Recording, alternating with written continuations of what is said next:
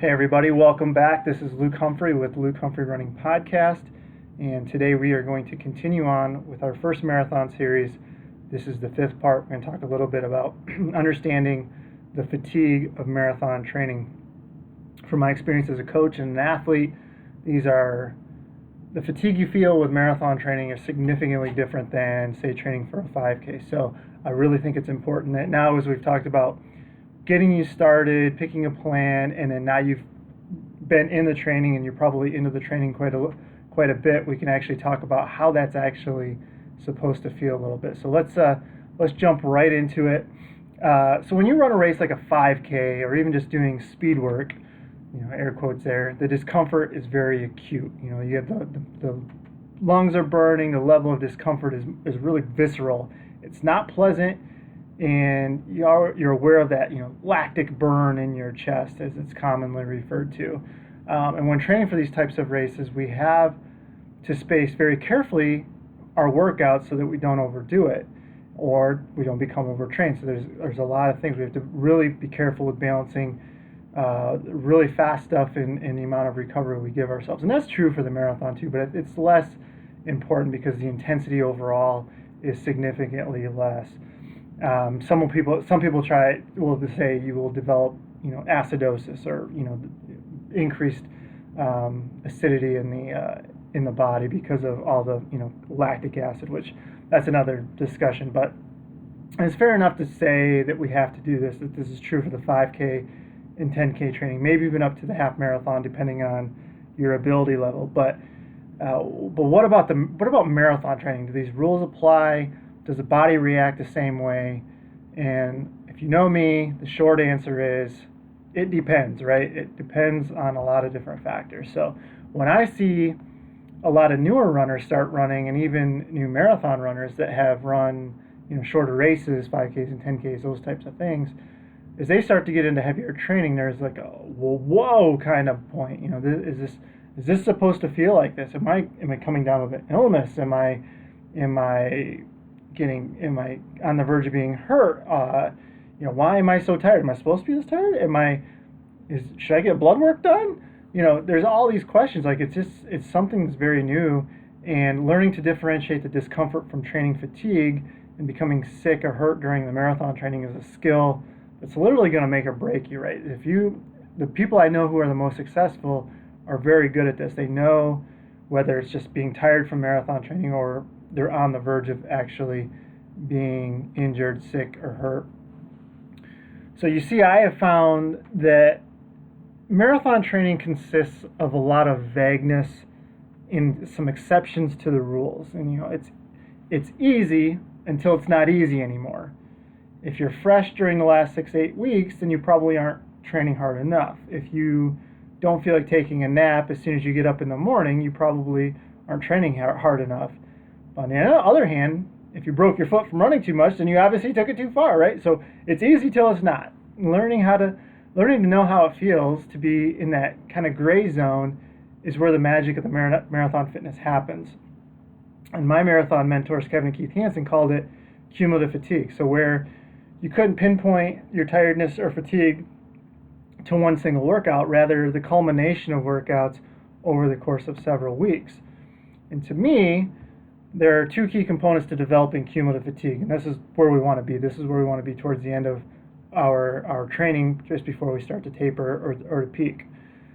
So the developing cumulative fatigue versus being overcooked. The first is timing, where you are feeling the fatigue. If you are early into your marathon training, or if you have more than 8 weeks to go and you're feeling burnout, then you're probably pushing too hard. And there's some things we need to look at. So usually when I see this, it means that the person has done their workouts in easy days way too hard, too often. So not just running a workout and then, correcting it later on, but just chronically doing workouts too fast, easy days, and mostly easy days too fast, because the workouts themselves tend to get tougher to crank too hard, but easy days tend to be where people really kind of push it too hard and don't allow themselves to truly take it easy. They get really stuck on what the watch is saying, and that can end up being too much for them. A lot of times they have the attitude that if fast is good, then faster is really good. And like I said, marathon training is easy until it isn't. So they might do this for 4, 6, 8 weeks, and then all of a sudden, boom, it hits them, and they're just like, what the heck just happened, you know? So it's easy till it's not easy anymore. Things like general recovery, hydration, nutrition, sleep, things I harp on all the time. These could be factors as why all of a sudden they've kind of, you know, been exposed per se to kind of hitting that training block and hitting that training wall where it's just like, whoa, what am I doing? But things you got to recognize that things we might have been able to get away with when we were training at lower levels, you know, things you got away with training at 15 to 20 miles a week aren't going to really necessarily be what you can get away with at 40 miles a week or 50 miles a week, or, you know, all the way up to, you know, 120, 130 miles a week if you're, you know, at the elite level. The things we do at those lower levels can definitely be hid over what we're generally doing. But everything is I guess the way you look at it is the faster you get and the more mileage you're running, the more the details become important, right? Because we can get a person to run on a 4-hour marathon if we can basically just get them to be consistently running, you know, 18 weeks, put in 40 miles a week. We don't have to do any special magic workouts to get them to do that, right? If we can just get them to be consistent and running some decent mileage, we can get most people to be able to do that. But as more and more as goals increase, then it comes down to all the other little things where you're going to see those little percentages of performance increase, because we've already maxed out what we can get at that 30, 40, 50 miles a week. So now if we're not going to increase our mileage, where are we going to get those other increases in performance? And those things, that's what I mean, like when things get exposed that you weren't doing necessarily well at lower mileage, that you can't get away with at the marathon level, or just in general higher amounts of training, or as faster as you get. And really in any level, if you ran your first 5K and then you increasingly getting faster and faster in the 5K, ultimately those details are going to become more and more important, especially as the amount of mileage that you do isn't going to really change. So where are those improvements going to actually come from? So that's what I'm talking about when I'm saying that. And we can talk about what to do in this case, but I have previous podcasts that cover it. I'll link it in the show notes. I'll link it in the blog post. We've talked about that before, so we don't need to necessarily go into that again. The second thing when I look for when discerning from cumulative fatigue and overtraining is performance. And this is a big one because I've looked at lists of talk about, you know, the spectrum of, you know, fatigue from a workout all the way up to actual overtraining syndrome, which most people don't actually get to because they can't sustain that long enough in the functional overtraining, and then they get into the non-functional overtraining, and that's where most people get when they're starting to get hurt and things like that. The actual overtraining syndrome is quite severe, and I don't think most people actually get to that point. But there's a long list of like metabolic things, physiological things, sickness things, blood work, you know, all these different items that you would look at. But when you look at it, it could mean this, it could mean that. So it's really hard to tell. And most people aren't necessarily just going to go get their blood work done because they're feeling like crap in training, right? They're not going to do that unless they actually get to the point where they have to see a doctor and the doctor makes them. So the big thing for me is performance, right? Like if you're training hard and you're really sluggish when you wake up, but your workouts aren't suffering, you're still hitting your workouts, then you're probably in cumulative fatigue. But if you get to the point where you have a bad workout, maybe you give yourself an extra day of recovery, the next workout is maybe a little bit better, but still not where it should be, and then it just kind of slowly creeps down, and performance just keeps dropping off little by little over the course of several workouts. You know, this could be not just one or two over the course of a month, but if it's like a steady trend that workouts are getting worse, then you're probably getting into that third kind of phase where it's non-functional overtraining, which is what most people consider overtraining. And that's where you can really start getting hurt, getting sick, things like that. And so that's when we really have to concentrate on pulling the reins back and hopefully catching it quick enough where we can pull you back and still salvage your race. So but that's the big thing. Performance, that's always what you really should look at it with training is my performance suffering? Because if your easy runs, okay, so let me differentiate that for a little bit. So if your workout, so say your tempo runs, yeah, you feel like crap and you get through your warm up, but by mile 3 or mile 4, you've found your rhythm and you're still overall hitting your pace. That's probably cumulative fatigue. But if it gets worse and worse, and all of a sudden you get into that workout, you get 4 or 5 miles into that 10-mile tempo, and it just keeps dropping off, that's not a good situation to be in. So that's the big difference. That's always going to be the difference maker. Is performance is going to suffer, and that's what trend. Because then you can look at other things too. And I think it's beyond what we're talking about today. But that's when you really have to look at the big picture of what your training is looking like. Because I get so many times in our Facebook group where it's like they instantly go straight to the training, but they leave out all of these other factors that it could be. And I think it's more like they just don't even think about it, because there's so much to actually think about when you really look at, like, if they've done one thing and it worked, but then they try another thing and all of a sudden it's not working, what other factors do we have there? And that's when we automatically look at nutrition, recovery, rehydration, paces that they're doing their stuff at.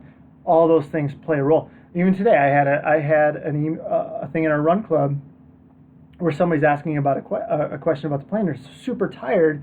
This is their third time essentially doing the plan. So I know it's not necessarily the plan, because the first 2 times they were successful. So then we had to dive in deep. Okay, so what led you up to this point? And come to realize, like, person basically taken 2 months off of running, and then I think a couple weeks of running, and then jumped right into a plan. Well, they're at a point now where all of that is just catching up to them, right? So all that time that they had off where they lost fitness, probably jumping into a schedule that was a little bit too much for them to handle at that time, because they saw themselves where they had been and not where they are currently, and it probably all kind of gradually caught up to them. And that's the difference in marathon training too, is like it's easy till it isn't, right? So the first few weeks were probably pretty easy. They managed it pretty well. As soon as the schedule got tougher, it happened right at a time where all the things in the back end of that, the last 8-10 weeks, all finally caught up to them. And so that was probably what their problem is. It wasn't necessarily the schedule. It was all the weeks leading up to that point. So those are all things you have to be. And again, I say marathon training is easy until it isn't, and then it's not hard, and then it's not easy at all. All right, so I'll get off of that point now. The question becomes, how do we actually differentiate soreness versus possible injury? When to worry and when to just note it's part of training. There's a quick list I have. I actually had a blog post on this, but I'll list it quickly here. Soreness, both sides of the body, center part of the muscle, appears after a change of intensity or volume. So if all of a sudden you've been doing easy runs and all of a sudden you do your first 12 by 400 workout, you're probably going to be sore the next day, right? You're probably going to be sore the next few days, because it's just a change in what you've been doing. Improves after a warm-up. It does not affect your form. It's generalized. It's tough to pinpoint. Now, warning signs of an injury, basically the opposite. One side of the body towards the joint. Maybe it's maybe it's in the knee, maybe it's in the hip, maybe it's in the ankle. Appears daily, worsens during a workout. That's one thing we talked about. Worsens or remains during the day. So if you do your workout in the morning and it lingers after the workout for several hours, probably the warning sign of an injury. It affects your form, causes a limp, causes a compensation, those types of things.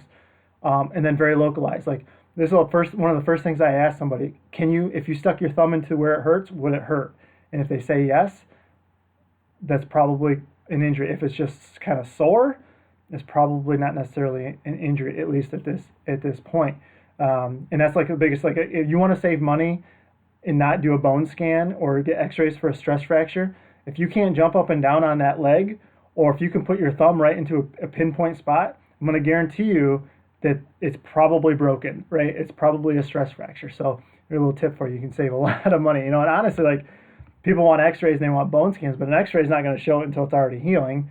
And obviously an MRI is going to be a much more expensive route to go. So if you think you have a stress fracture, if you can put your thumb right into the spot where it hurts, and you're about, or you have somebody do it and you're going to about punch them in the face, when they push on that spot, it's probably broken. So take that with you. But anyway, knowing the difference is key to management. The only thing that I would add is if you feel like you have to take ibuprofen to get through a run, then you're probably already hurt. And there's other things too, like I like the guy Dr. Bruce Wilk or PT Bruce Wilk. Basically has a 4-point scale. If you're like a 2 or a 3, you're probably not. It's probably getting worse. You've got a whole list of things, but basically what I just read off here. But there's a lot of different things you can look at. But those are the easiest things to kind of monitor without taking a lot of effort into it. Last point there is, without, on the ibuprofen, all you're basically doing is masking the pain, right? And if you mask the pain, it's very easy to take it to the next level. So something that if you would have just taken a couple days off or modified your schedule a little bit, but you decided to take ibuprofen for it and go through the workout, go through a couple workouts, go through a long run, by masking the pain, you're ultimately going to, because pain is telling you something's getting injured, right? And so if you're masking that pain, what you're doing is injuring it, but you're basically blocking your body to be able to feel it. So ultimately what you're doing is just creating more and more damage, and it's not going to be healing. So what your ultimate goal, your ultimate thing there is either going to be take more ibuprofen or you actually just rip or break something, right? And so neither one of those options is a good option. So why not just modify or take a couple days off now? It's way better than having to take weeks off and potentially missing your race, let alone, just the psychology factor of it just being, eventually being even more depressed than you are now. Because in the back of your mind, you probably know something is wrong, but if you can mask it and you can get through it, then, you make yourself feel better that you're still able to push on. So you have that factor. And then if you really get hurt, then you're really going to be depressed because, if you're training with a group, you're seeing your group, be successful. You're missing out on the race. You're missing out on all the fun stuff before and after, all that kind of stuff. So it really is just going to make it worse if you miss 2 weeks. And then you have the financial thing, and then the time, and there's just a lot of things that would be worse if you had to take 2 weeks, 3 weeks, 4 weeks, 5 weeks off because of an injury than if you just take a few days off now or modify your schedule now and let your body heal and adapt and adjust and all those good things. So, at the end of the day, it's really just about keeping an even keel, right? So a bad day isn't going to be the end of the world, and a good day doesn't mean you're ready to take on the world record. A day off isn't going to make all that work you've put in disappear, right? That's not going away. It's going to take a long time for that to go away. On the other hand, a lot of pretty decent days are going to add up, and it's going to pay dividends in the end. It's like the old question on savings. Would you rather take $1 million lump sum or take a penny and double it every day for a month? My advice, take the penny and double it every day, because you won't notice much difference in that first 25 days if you took the penny and just doubled it. But the last 5 days, blow your mind. Just so you know, it's like 5.3 million if you take a penny and double it every day for a month. So think of it that way. Like the little bit you invest now is going to be huge dividends later on. You can't overlook those little things that you could be doing now that's going to save you later on. All right, so that's it for this week. If you've liked the series, please consider taking a look at my book, Hanson's First Marathon. Obviously, you have the OG Hanson Marathon Method and Hanson's Half Marathon Method. All three, I think people will benefit from. I think we've put a lot of work into them and can help a lot of people. So, as always, thanks for reading, thanks for listening, and I will talk to you all later. All right, have a good week. Bye-bye.